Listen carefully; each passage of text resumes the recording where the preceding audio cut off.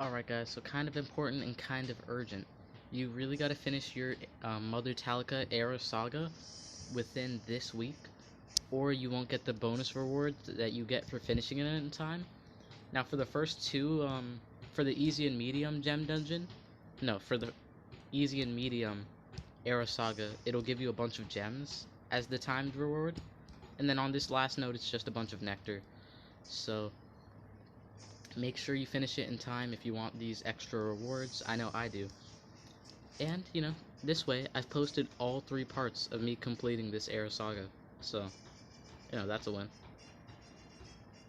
Now, I don't know how long it's going to take, because sadly in these books, in the Pure Gia books, I have no attackers. I do have Colonel Pip, but he's at, like, level 115. He's not adequate for an attacker, even though he has, damage plus percentage removal. If I need to switch the team around, I will, because there's a couple versatile picks in this dungeon, but for now, I'm going with this team. This is what carried me through. Oh yeah, and on the first 2 spins, I got a bunch of gems, which is really nice, because I got 5 gems twice in a row, In the hard era saga dungeon, in the third one that you can complete, always, never, ever, ever settle for a silver relic. If it gives you a silver relic, re-roll it. Anything else, in my opinion, is equally as good, unless you're really trying hard and you want to go for the diamond relic every single time, which, that's just too much for me. But, like, never settle for silver. That is the worst possible thing you can get in there, because, like, you can pay, like, 800 gems for 15 gold chests. You can't even buy silver ones, because they're trash. We've got obsidian relics now, no need to delve that far in the past. So at least this team has got speed. They're actually all at a pretty decent rank, Usually when you play a new era saga, you've only got like 2 monsters of decent rank in them. But I got my Antlerion to rank 3 because I really liked him as a support denier who can give immune to control and pyrophobic shield to the whole team. You see, if it's silver, reroll. Then you can speed up, it's silver again, reroll, and now it's gold, That's the way to get the best value out of the dungeon. That's my, my tip from me to you. And so this shouldn't take too long, but then again, I only have 2 dots on my side, and if I fight someone immune to dots, it might take longer. Nectar of Strength, you double damaged him, and he almost instant-killed the other opponents. The deer gives me some bonus stamina. I always want her to do the stamina regeneration first, because now, like, stamina regen is one of the most vital things you can give your team when the battle starts, because stamina gets drained, like, in a snap of the fingers, like, left and right. In PvP, in dungeons, because, like, sure, you can make the argument stamina draining is dead as denial, because, there's so many stamina regaining relics. But once you run out of those stamina regaining relics, it's a big problem and a big concern keeping your stamina. Personally, it's one of those, like, it's really good if you use it, but it's not that good if you don't use it, Really situational. Some people don't quite think it's useful. But I'm telling you, I think it's underrated. I'm not saying it's great, I'm not saying it's the best or anything like that, but I'm saying it's a lot more usable than people make it out to be. I'll make sure you're denied. Alright, Prophecy Plant. We still have stamina regen, right? Yeah, okay. So I really don't know how to pronounce that. And then apply Shock. I'm pretty sure he can heal the whole team and reverse heal himself. He can also apply Negate healing. Oof, Wormhole's Trap is so powerful. Like, if you don't want to run Slumsters, run Wormholes, because, like, the damage it does and the stamina it drains makes anyone who can hold 2 of it a very dangerous man. So let's see, how long is this one? All the way up to 25, I think. Yeah, I think that's the standard, although there's some dungeons where it's not as lore heavy, because when it has a ton of lore, that means you're not actually getting as many battles as you would normally. So you're getting less rewards, but I think that's okay. So boom, stamina regeneration first. Plus that The fact that both, I was about to say Tree Man, Aunt Lyrion, and Mother Talika can give you, immune to torture means you've got great sustainability here. Because there's healing for the whole team, there's shield. Syntheris is a pretty tanky healing taunt monster in his own. Ooh, if he gave him reverse healing, okay, that is a death sentence for Syntheris. Oh, I'll do this. You can't reverse heal through a photophobic shield, as I've learned. Or any phobic shield. Because healing doesn't count as in any specific element. But it's still reducing your life, you know? It's annoying, because that does mean it takes a little bit longer in the, I'm trying to remember which dungeon I'm about to say. In the Metropolitan dungeon, where most of it is focused around Poseidonia gives reverse healing and then boom, death. But, hey, you know, nothing's perfect. So Darker, what are you gonna do? The fact is, even if they were super strong attackers, that damage mirror would make them eat it. Although I will say, it's not the best damage mirror. So cooldown's activated on you. Stamina regen. Just to reapply that immune to torture. 30% shield never hurts. Storm of Rage, please kill somebody. Yes. Alright, so we've basically got an instant kill on everybody. Do you guys think it would be OP if someone had a move to apply the third stage of Curse onto someone? Like if it said Curse for one turn and it's only the 40% removal, do you think that'd be broken? A little bit closer. Double damage. Kill. Alright. So that's always gonna scare me. Like the fact that some Pierce monsters can give themselves damage mirror and then reflect the move with their Pierce and high damage output. Which I say some, but as far as I know, I'm only talking about Serpentex. At least he gives himself vulnerable, but come on, we know that is not like even balancing. Like it's much more powerful than it is a disadvantage. Now vulnerable with 50% damage mirror is really just a scam.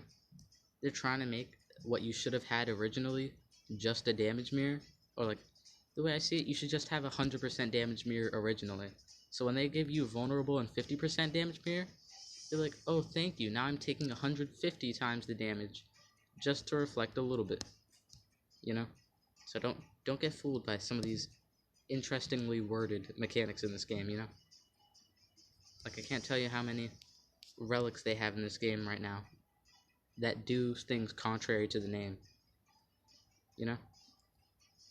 Like to try and think of some examples. Some relics can go like past Megataunt and hit everybody on the board, and some like only hit the person affected even if you do an AoE. And the problem is, it's not like it's... I don't know why, but sorry about that. I don't know how much you heard. Anyways, oh yeah. So the only person I know of with that said mechanic is I think his name is like Treacherosaurus. It's something Osaurus. So I'm just gonna give us the stamina regen. He's gonna do reverse healing, yeah. His name is on the tip of my tongue. I was literally just talking bad about him, so I better remember his name. Triceraclops? Oof, I really gotta remove positive effects on that guy. Then make sure my roots lands. Slimed. So yeah, as I said, this dungeon is definitely harder because I have no attackers on this team, and I only have 2 dots. Yeah, one of them is cursed, but still, it's only 2 dots. Oh, I better cleanse that away. How many turns do you have left? 2. Okay, I can do it next round. Cleanse away your Megataunt. And do this. electrifying aura to myself. Yeah, there's really no warning to when this does this glitch. It just does it, man. If anyone knows why, I don't know. I think it's probably just glitchy game mechanic sometimes. Alright, do my roots denial to everyone. Which even with double damage does like no damage. I'll take a bite out of you. Yeah, so this is really just out surviving the other opponents while giving them like the strongest dots I can. Boom. I'll single curse you so that you don't reset that one. And yeah, you see, you just gotta outlast them. Then I can give you shock if it lands, because you're tough. Yeah, I was about to say. There's no guarantee it landed. Boom, stamina regen. And double damage. And I'm going to take another bite out of you. The bite animations used to be really cool. I remember it used to remind me of a game I used to play when I was little. It was like Mutant Fighter Cups or something.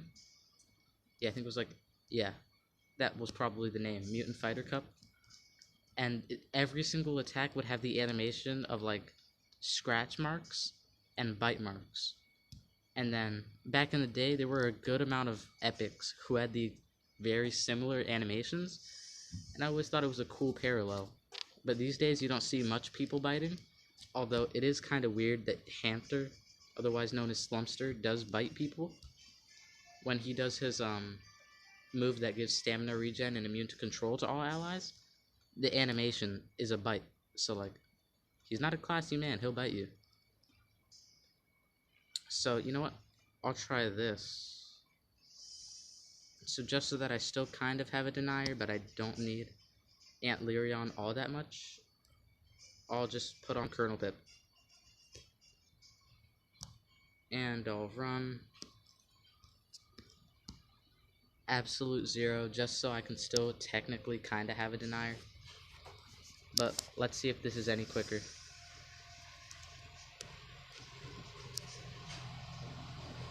There's just a truck behind me. Worry not about it.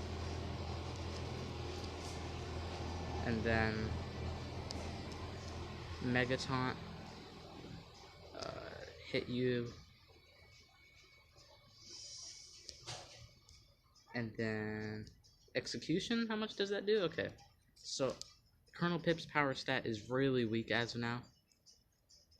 Maybe soon I'll use them in the rank up survival dungeon. I still have tons of corrupted air monsters who are still kind of usable, but I gotta rank them up, like him and Wicca and Curry Cage. I don't know.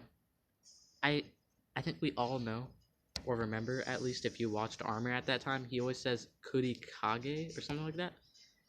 He might be saying it right, but I don't know. And if I say it right, if I say it just like him but it's wrong, I feel like that'd be insensitive, so I'm gonna, you know, just say Curry Cage. Hopefully that's less offensive though. I don't know, would it be more? Look, and then I can give him double damage, execution. Alright. That percentage is usually going to be higher than is normal. Because, like, you know, he's mostly there to remove percent, and then his damage output, he's so outdated that it's kind of like taking a back seat. You know, he can remove 75%, and it's reliant on just his strength to be able to remove 25%. But that's not even a guarantee these days with monsters who can have like over 1 million health like King Autumn. Like over 1.5 million health at rank 5 King Autumn can have. I know, because I'm about to have my King Autumn at rank 5, and he's going to have that much. So double damage, electrifying aura, nectar of wisdom, and execution. You see, and it almost kills. So with double damage, kind of usable. This is definitely quicker, but still, it's really slow because he's not that strong. Although, he can give himself, I think he had like a trait immune to torture, which if he did, he'd be very similar to Fruit Taster. I know he can remove tortures from himself, but what was his trait? Because I think that was like the lackluster part about him. Oh, tough and status caster immune to torture, yeah. So pretty similar. kind of nice. I don't know if he was ever underrated though, because I don't remember seeing him ever. Oh my god. The dreaded, like, some of you have probably heard me complain before about the fact that Ignite can kill a nature monster in 2 turns, no matter what. That just feels so unbalanced. Potassium. I don't want to waste anything until I have a double damage. Kevlar's Vest kicks in, drains almost all of your stamina. Kevlar's Vest plus 2 Wormholes Trap is so powerful. It does so much damage. Alright, Mega Taunt, then Prophecy Plant. You might die on Damage Mirror alone, it depends on what you do. Well, just gonna do that, and then Absolute Zero kills you. Alright, Stamina Regen. I still have that Damage Mirror plus Shield. He reflected 78k to himself. You give me Vulnerable, which kind of helps, kind of doesn't. Scourge of Nature. It positive effect removals. I remember. Some of the best finishers will do both, but it really depends on what order if you want it to be good, you know? Because if it trait disables first, and then positive effect removal, you'll run into the problem of evasion. But if it positive effect removal, then trait disable, I think that's always better, but there's some scenarios where it's not better. But, like, it's such a niche sum, you know, that it's, like, not worth it to not do it. Removes 30, and then, man, I really imagined he would be really good back in his time, but I know he wasn't ever, like, meta. And maybe when he would have been, the Metro era started, and then we had Fruit Taster, and, like, there was no point in having this guy. You know, I'll still upgrade him. I see him as a decent war pick. All the time, I have, like, restrictions, and he's always an option, but he's never ranked up enough, you know? So, always useful to have those monsters in your back pocket. Because the way I see it, a team should be reliant on the attackers and its self-sustaining, like, defense.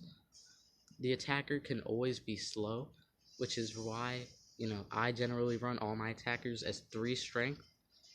If they have, like, attacking, but they can also do support, or, like, something like reverse heal that I want to hit soon, people who would fall under that category are Elvira and, Poseidonia.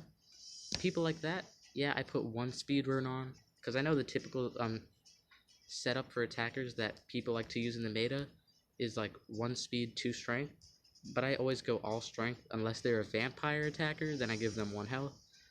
Unless they're an attacker with extra gimmicks, then I give them 1, like, what do I give them 1 of? I don't know, completely lost my train of thought. But still, oh yeah, and for anyone who's watching this, who's, like, watches most of my videos today, I had recorded a rank up survival dungeon video, and it was all, I was talking about the Lord, a corrupted rank up survival dungeon video. I was talking about the Lord and everything about, like, how it's stuck in my head all the time. And then halfway through the video, it started raining so loud I had to go inside, and people were talking inside, and I was like, I don't want to have a video of just, like, random people talking audio, so I had to scrap that video. Which kind of sad. If I knew how to edit, I could just put a song over. But I really do not know how to edit. Like, if you can't tell by you heard a, like, kid's voice because you came out here earlier, I don't no clue how to edit. All my videos are basically VODs because I just go outside and I try in 1 shot, record it, and if it doesn't work in that 1 shot, or, like, someone's talking, I have to scrap it, you know? I'm fine with the little bit he said here, because he didn't say anything like that it's like, oh my god, I have to cut that out, you know? It's mostly just because I feel like it'd be unprofessional to just have background audio from other people in your video, you know, because you came here for ML, and you get whatever they want to talk about. But yeah, if anyone's got, like, good editing software that I could use that you don't have to pay for, because, like, I'm not buying this season pass because, like, I can't pay for that right now. Mostly because I ran out of money on this tablet, and I really do not feel like putting more in. You know? Want to see what it's like being free to play for a week. Or for a month. Actually, maybe for longer. Because I didn't buy Serpentex. You know, I could have bought him, but I was like, that's money I could save for a next battle pass.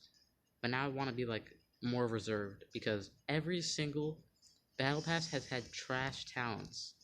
Like the only ones that had good talents and decent people were King Autumn's. His was probably the best of the Blossom era so far because he actually had decent talents, and they had an OP battle pass monsters. Well, maybe not OP, but pretty great.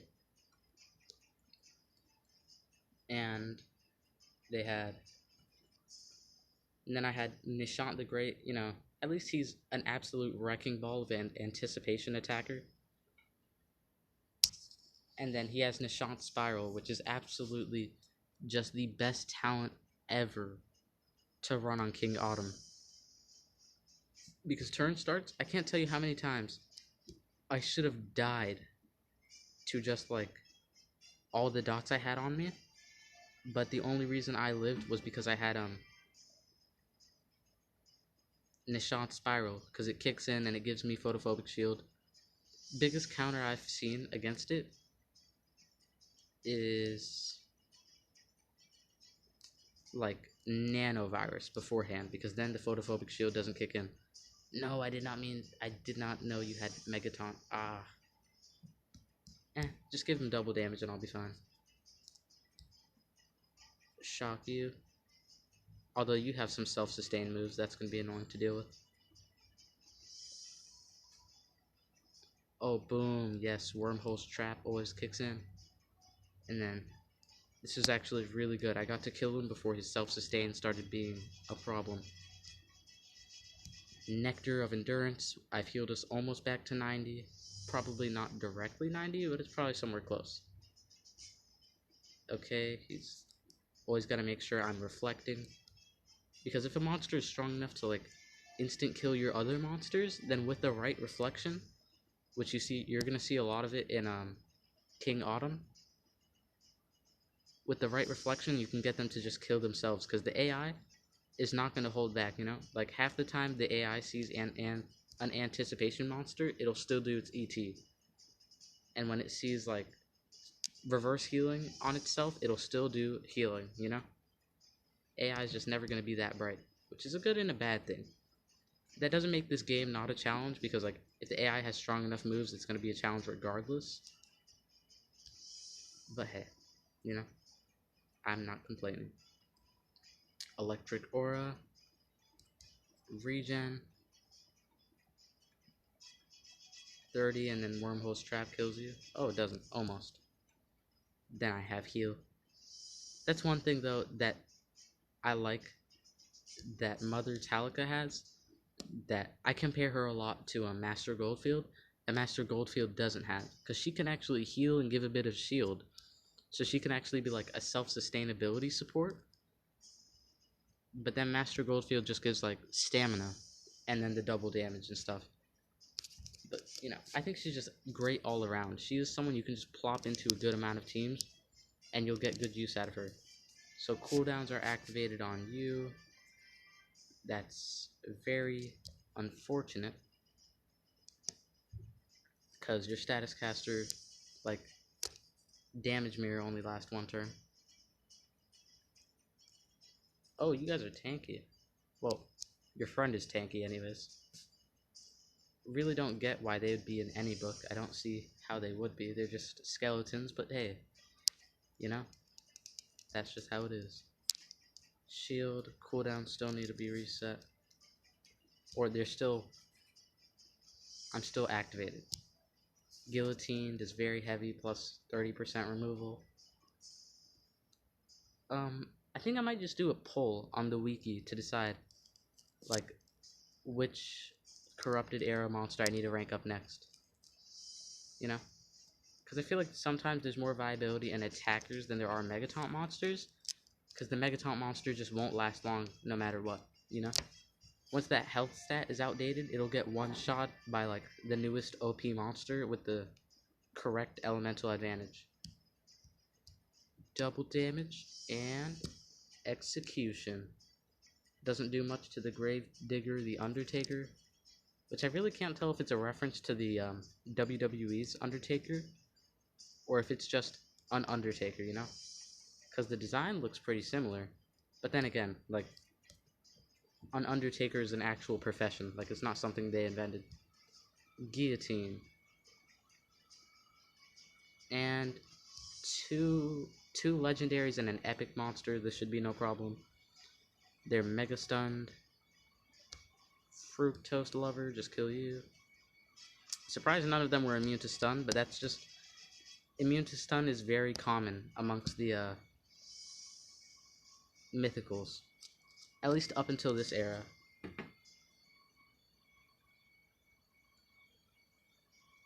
Collecting gems.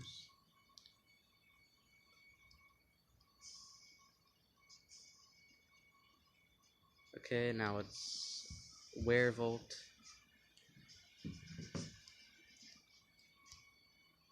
So immune to torture, stamina regen.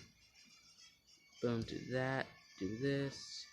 Alright, I'm kinda in a hurry to finish it, but not that much of a hurry, you know. I feel like I'm rushing myself because of the thing. The fact that we don't get the extra rewards if you don't beat it within the time limit. Which, you know, I still have a good amount of time, but I feel the pressure. Even if no one's applying it.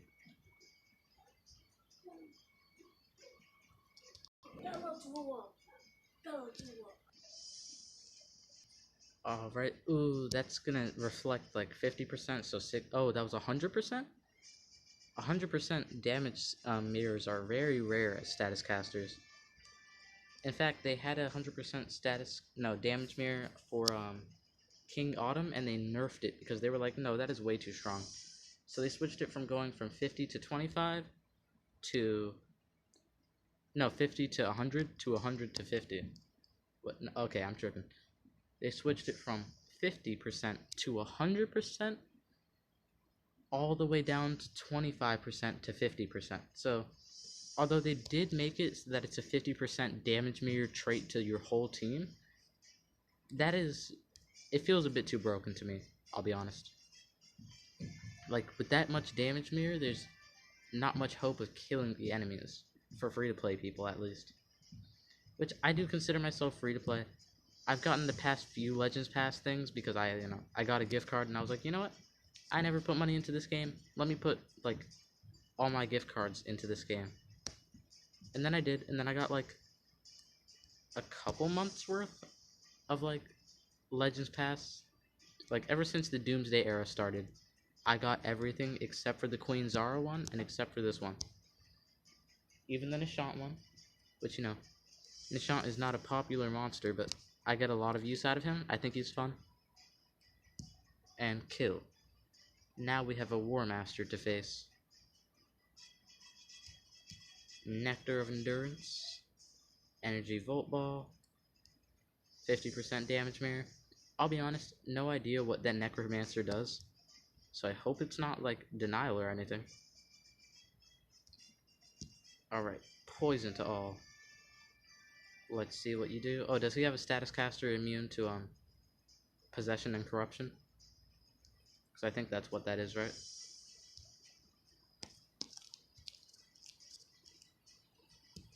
Yeah, they always add corruption just to make it a bit better.